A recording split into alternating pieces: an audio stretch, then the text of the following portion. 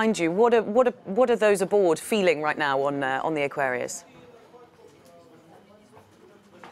Good morning, Belle. As you can see, the weather is not helping today. As we know, Italian prosecutors have ordered a seizure of a rescue ship, Aquarius, that is chartered by SOS Mediterranee and Doctors Without Borders. An investigation that concerns 24 tons of waste that has been accumulated in 11 different cities. We're talking about waste mismanagement. These are the accusations for Doctors Without Borders. Yesterday, I spoke to one representative of SOS Mediterranee, the head of operation. He told me that technically the ship is not seized, meaning that they're going on business as usual. They're waiting for more details on this order, and it's possible as well that this order might come into effect once the vessel arrives in Italy. Now, as we know, Aquarius has been going on through some troubles. Just to remind ourselves, last June it was in a political standoff when Interior Minister Matteo Salvini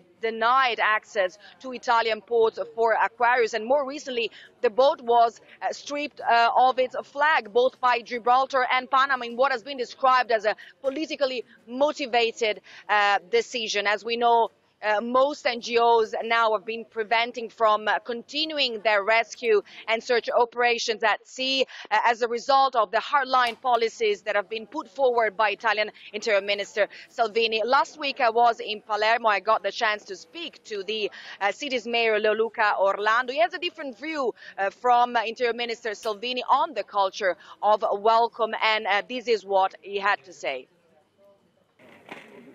Palermo, a city that for centuries has been one of the capitals of the Mediterranean. In this Jerusalem of Europe, many cultures and nations have left a visible mark. Greeks, Romans, Normans and Spanish, they all lived here. Most of the 600,000 migrants who have arrived in Italy since 2014 landed here in Sicily. The city's mayor, Leoluca Orlando, knows it well. After he was re-elected for the 5th time in 2016, he turned the once known as the capital of the mafia into the Italian capital of culture. I met the Sicilian mayor in his residence. He told me how fighting the mafia helped him shape a modern culture of welcome. Last June, he was one of the few Italian politicians who defied Interior Minister Salvini's hardline policies.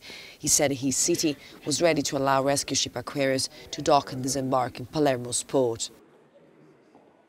Quando qualcuno mi chiede quanti migranti ci sono a Palermo, 30.000, 40.000. When someone asks me how many migrants live in Palermo, 30,000, 40,000, 80,000, 100,000, I reply nobody. Whoever lives in Palermo is a Palermite. I make no difference between those born in the city and those living in Palermo. Do you call this a model? Well, I call it a concrete experience made by a philosopher who loves philosophy, but who also works as a mayor. My goal is to free the city from the shame of the past, and that is the mafia that used to kill people. Minister Salvini's approach looks like the beginning of fascism. He plays volleyball, I play cricket. It's two different practices, two different rules, two different sets of values. Pratiche diverse, due regole diverse, due mondi valori diversi. Ballarò's open air market is 100 years old. In the heart of the city, it's a mosaic of cultures, a mix of Bangladeshi, African and Sicilian groceries. Today, in what used to be the most rundown area in the city, young entrepreneurs have come to invest.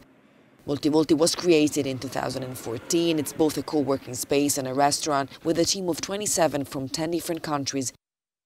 Ibra is a regular customer here. He arrived in Sicily 10 years ago when he left the Ivory Coast to reach Europe. Today he's the president of the Council of Cultures that represents all the different communities living in Palermo. In Palermo, an immigrant doesn't feel different from an Italian who was born here. An immigrant here is directly involved in the social, economic and political activities. Ibra told me after spending all these years building a better future for himself and the city, he doesn't want to live again